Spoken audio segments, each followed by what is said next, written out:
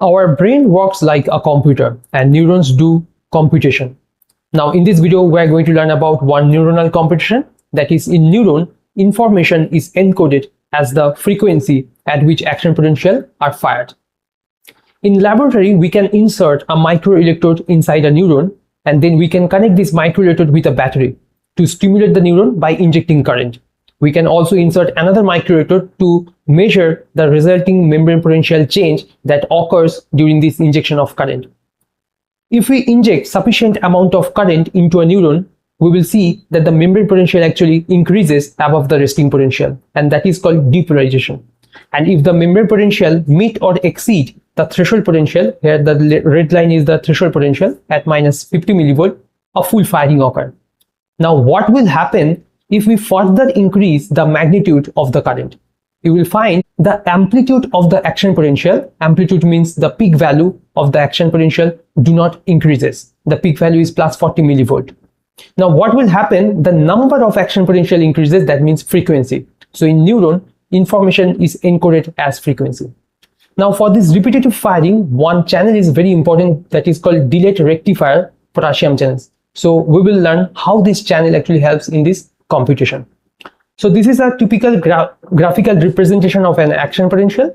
At first, the membrane potential remains at resting potential, that is minus 70 millivolt. The red is the voltage gated sodium channel and green is the delayed rectifier potassium channel.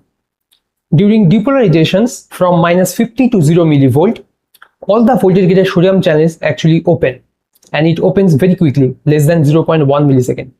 And through the open voltage gated sodium channel, sodium enters inside the neuron, and that causes more depolarizations.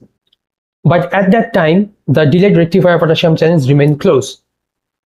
Now at the peak of depolarizations, it is called overshoot phase, from 0 to plus 40 millivolt, all the voltage gated sodium channels become inactivated. Now it becomes inactivated within 0.5 to 1 millisecond. As because the voltage gated sodium channels has an inactivating segment that can block or plug the ion passageway. Now the problem is, unless the membrane potential reset at resting potential, the inactivated state of this voltage gated sodium channels could not be recovered to the closed state. Now here comes the rescuer, the delayed rectifier potassium channels. It opens within the range of plus 20 millivolt, that means at the peak of depolarization, and it remains open unless the membrane potential become minus 70 millivolt. So it remains open greater than minus 70 millivolt. So it causes repolarizations.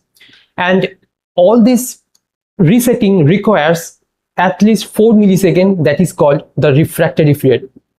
In that period, no action potential occur. Then the resting potential is actually re-established and the voltage gated sodium channels become closed again, so that it can another time sense the depolarization and it can open, so it can fire again.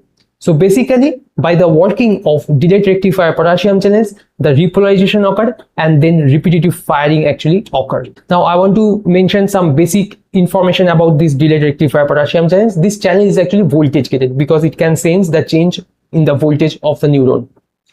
This channel actually opens slightly after the depolarization, so it shows delayed opening. That's why it is called delayed rectifier potassium channel.